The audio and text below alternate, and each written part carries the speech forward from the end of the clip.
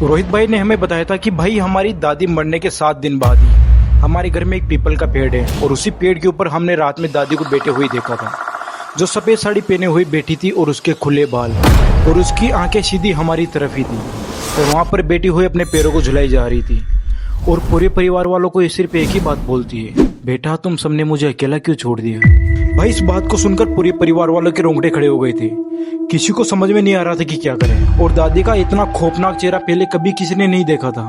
भाई प्रकृति को कोई चैलेंज नहीं कर सकता और इस बात का जीता जागता सबूत हम सनातन धर्म वाले अच्छी तरह से जानते हैं। हम लोगों को पहले पता होता है कि आत्मा कभी भी मरती नहीं है, आत्मा हमेशा अमर रहती है।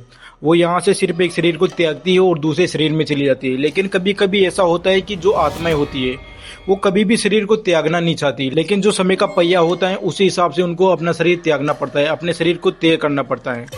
लेकिन आप लोगों को पता होगा कि अलग अलग धर्म में सब अलग अलग बातें मानते हैं। अब हमारे सनातन धर्म की तो यही बात है कि जब तक हम शरीर को मुक्ति नहीं देते थे, जब तक हम उसको मुर्दे को जला नहीं देते, तब तक वो आत्मा हमारे घर में भटकती रहती है।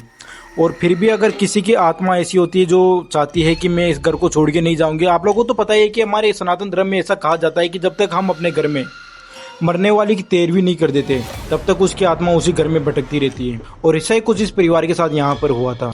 यहाँ पर रोहित भाई कोलकाता के रहने वाले थे और उन्होंने बताया कि भाई ये बात 2015 की थी।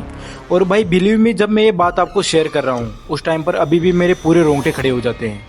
भाई यहाँ पर उन्होंने बताया कि इनकी पूरी फैमिली जॉइंट में कोलकाता में रहती थी, लेकिन उस टाइम पर इनका घर जो वहाँ पे था वो पूरा सीमेंट का पक्का बना हुआ था। हालांकि कोई ज़्यादा डेवलप नहीं था, लेकिन काफ़ी बड़ा घर था, 100-200 गज में, और काफ़ी पुराना घर था, इस वजह से वो पुराने टाइप का बना हुआ था। अब एक बार 2012 में हमारे पिताजी को एक डिसीजन लेना पड़ा। उस टाइम पर हमारी पढ़ाई और बिजनेस पॉइंट के लिए हमें घर छोड़ना पड़ा था और इस वजह से हम 2012 में कोलकाता छोड़कर दिल्ली शिफ्ट हो गए थे। अब कोलकाता से दिल्ली की दूरी लगभग 1500 किलोमीटर की समथिंग थी, तो दिल्ली से और कोलकाता जाने के लिए ट्रेन से 1.5 से 2 दिन का समय लगता था। अब हमारे दिल्ली शिफ्ट होने के बाद हमने बिजनेस को थोड़ा एस्टेब्लिश किया।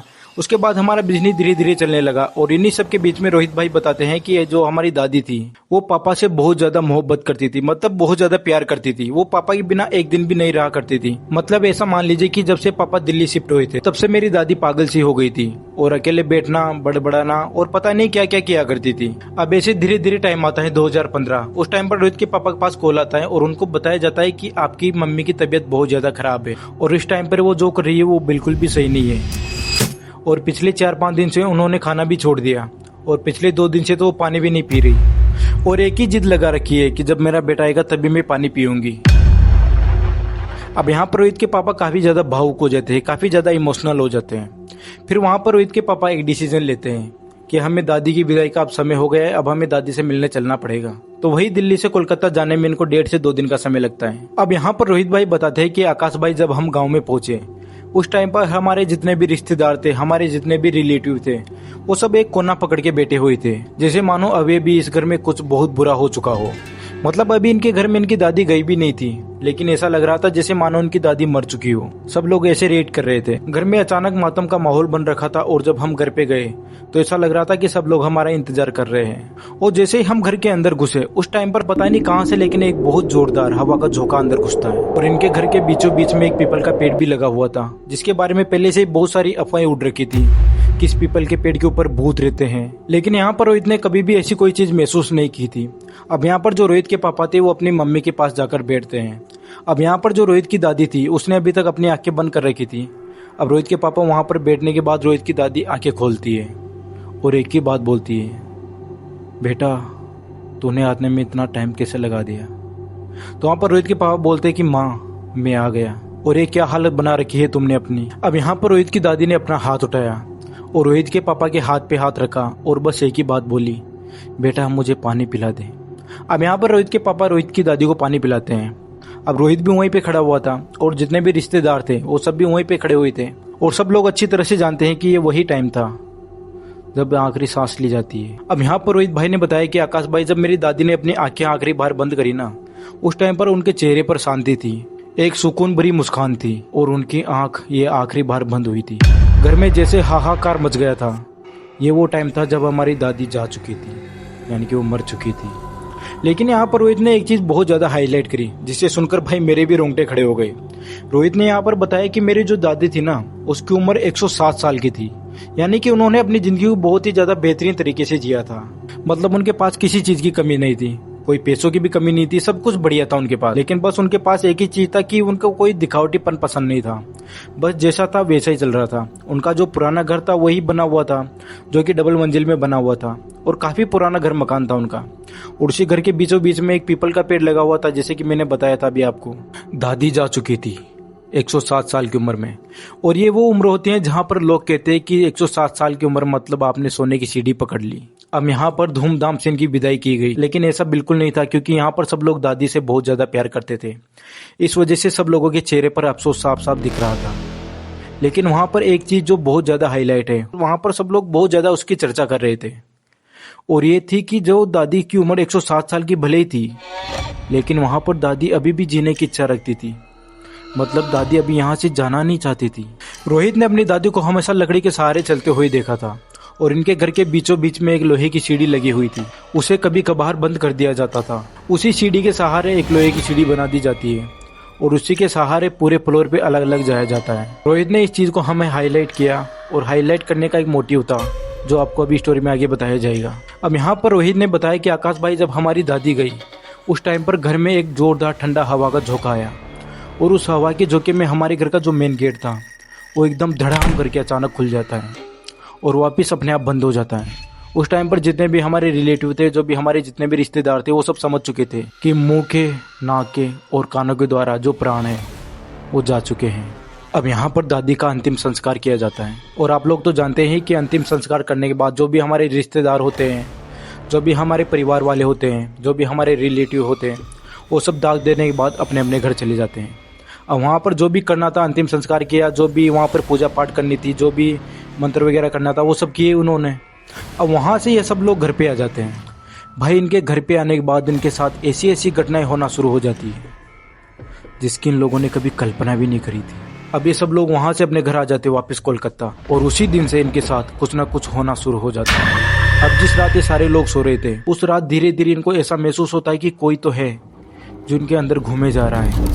इनको एक ऐसी एक्टिविटी महसूस होती है। इनके घर में जो पुरानी वॉशिंग मशीन है वो अपने आप चलना शुरू हो जाती है, और वहाँ पर जब देखा जाता है तो प्लग अपने आप बंद हो जाता है, और थोड़ी देर बाद वापस अपने आप चालू हो जाती है। और उसकी थोड़ी देर बाद ऐसा महसूस होता है कि कोई इंसान है जो यहाँ पर घूम रहा है और अपनी दिनचर्या के हिसाब से यहाँ पर घूमे जा रहा है। बस वो दिखाई नहीं दे रहा, लेकिन अपना दिनचर्या काम वो अच्छी तरीके से कर रहा है। चप्पलें अपने आप सही जगह पे पहुँच जाती थी।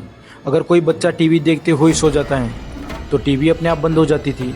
और इन सब चीजों को देखकर साक्षात पता चल रहा था कि अभी दादी यहाँ से गई नहीं है। और ऐसा ही होता है हमारे सनातन धर्म में।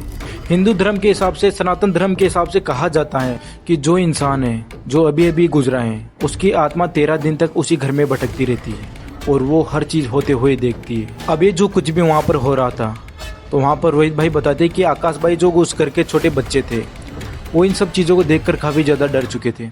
अब वहाँ पर एक बार ऐसा होता है कि जब सारे बच्चे कमरे में बैठकर टीवी देख रहे थे, उसी टाइम पर ये सब लोग ऐसा महसूस करते हैं कि जो इनके बगल में सोफा रखा हुआ है, अभी तक तो वहाँ पर कोई नहीं बैठा था, लेकिन ये लोग ऐसा महसूस करते हैं कि कोई आया है बाहर से और आकर उस सोफे के ऊपर बैठ गया है।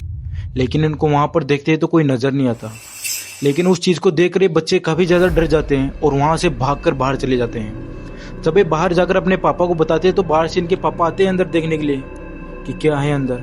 जब इनके पापा बाहर से अंदर देखने के लिए आए तो वहाँ पर उनको कोई नहीं दिखता। लेकिन लेकिन लेकिन लेकिन वहाँ पर एक सबसे इम्पोर्टेंट बात थी कि अगर यहाँ पर कोई नहीं है तो ये टीवी बंद किसने किया। अब ऐसे धीरे धीरे वक्त गुजरता गया और जो यहाँ के बच्चे थे वो डर के माहौल में जीने लगे।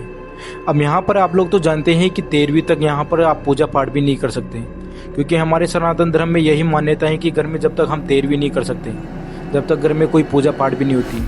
वैसे तो ये भी कहा जाता है कि घर में हमें जब तक 13वीं नहीं हो जाती, जब तक तो हमें टीवी भी नहीं देखना चाहिए, हमें कोई फैंसी डिजाइन भी नहीं करना चाहिए और ना ही कोई बाहर की कोई चीज़ें खानी चाहिए। लेकिन आजकल की जो जनरेशन है वो ये सब धीरे धीरे भूलती जा रही है। अब यहाँ पर रोहित भाई बताते हैं कि आकाश भाई जब भी हम बाहर घूमने के लिए जाते थे सुबह या शाम को, तो हमें कुछ ऐसा महसूस होता था कि कोई तो है जो हमारे आगे पीछे चल रहा है। हमारे जो बच्चे थे वो अपने आप डर जाते थे। कभी तो बच्चों को ऐसा लगता था कि किसी ने उसके धक्का दिया है और उस धक्के को खाकर वो आगे भाग जाते थे। और ऐसे ही डर के माहौल में वो लोग वहाँ पर जी रहे थे। और ऐसे ही धीरे धीरे सोचते सोचते 12 दिन बीत गए। अब यहाँ पर 12वीं रात थी।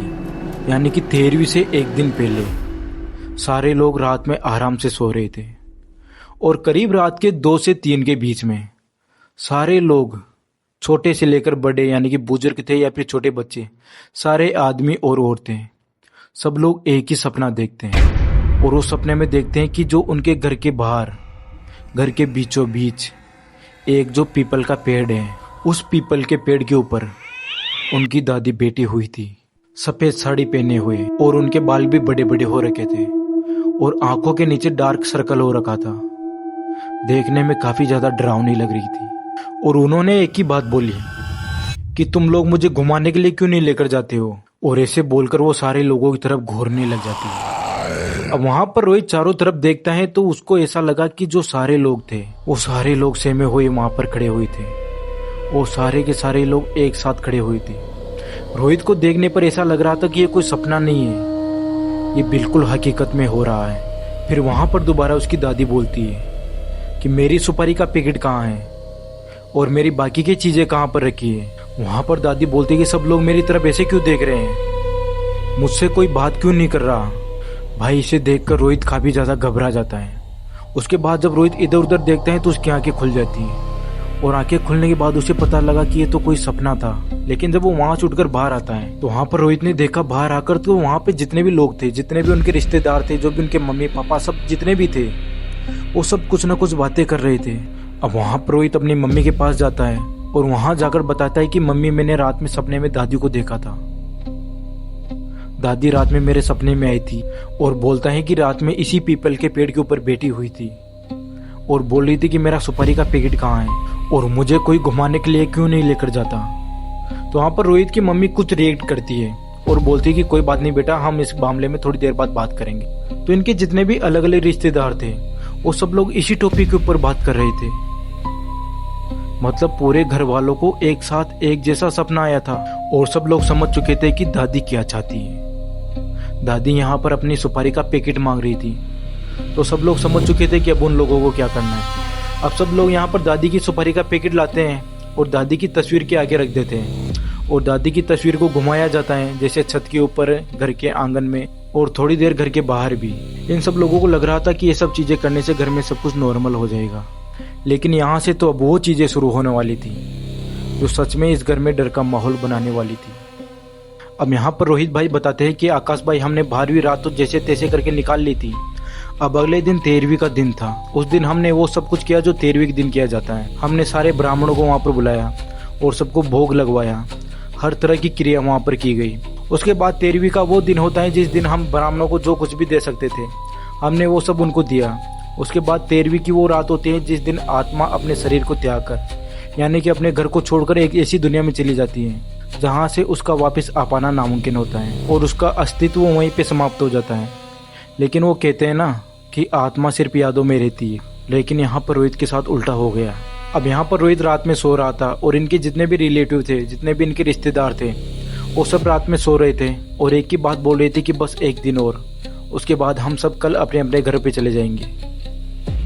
और उसी रात को, रात के करीब 2 बजे रोहित एक सपना देखता है और उस सपने में रोहित अकेला था। अब यहाँ पर रोहित भाई ने बोला था कि आकाश भाई जो मैंने सपना देखा था उसे आप थोड़ा ध्यान से सुनना, क्योंकि असली खौफ अब यहाँ से शुरू होने वाला है। मैं आराम से सो रहा था और किसी ने मेरे सर के ऊपर हाथ फेरा और जैसे ही मेरी आँख खुली मेरी दादी मुझे अजीब तरीके से घूरे जा रही थी।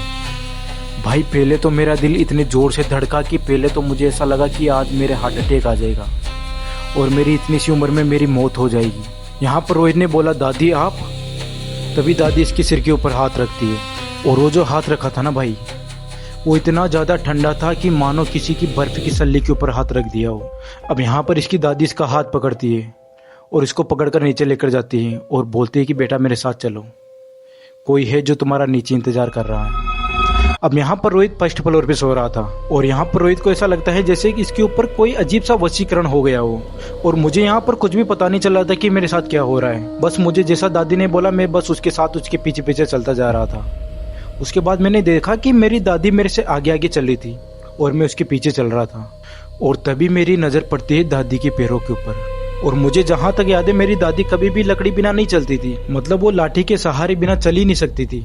तभी उसने अपनी आंख पलटकर पीछे देखा तो पीछे कोई नहीं था। फिर उसने अपने कमरे की तरफ देखा और वहां पे भी कोई नहीं था। फिर वो जैसे आगे जा रहा था तो दूसरे कमरे में उसने देखा जो जहां पर उसके जितने भी रिलेटिव थे वो सब उसको ऐसे देख रहे थे जैसे मानो किसी ने उनके ऊपर भी वशीकरण कर दिया हो, और बस चुपचाप उसकी तरफ देखे जा रहे थे। और फिर वो आगे देखता है, आगे उसको कोई नहीं दिखता।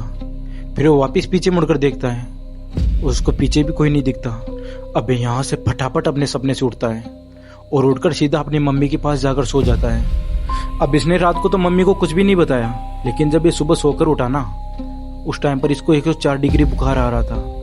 उस टाइम पर इसके पापा इससे पूछते हैं कि बेटा रोहित क्या हुआ तुझे। तो रोहित वहां पर सब कुछ बताता है जो भी इसके साथ रात में हुआ था। ये अपने पापा के सामने बताता है कि पापा जब रात को मैं सो रहा था, रात के करीब 3 बजे, उस टाइम पर मेरे सपने में दादी आई थी और मुझे लेकर जा रही थी। और उस टाइम पर हमारे जितने भी रिश्तेदार थे और मम्मी पापा आप भी, सब लोग मुझे देखे जा रहे थे और मैं दादी के साथ जाता जा रहा था। और सब लोग मुझे ऐसे देख रहे थे कि मैं उसके पीछे पीछे कहाँ जा रहा हूँ। तब मैंने देखा कि दादी बिना सहारे के चल रही है।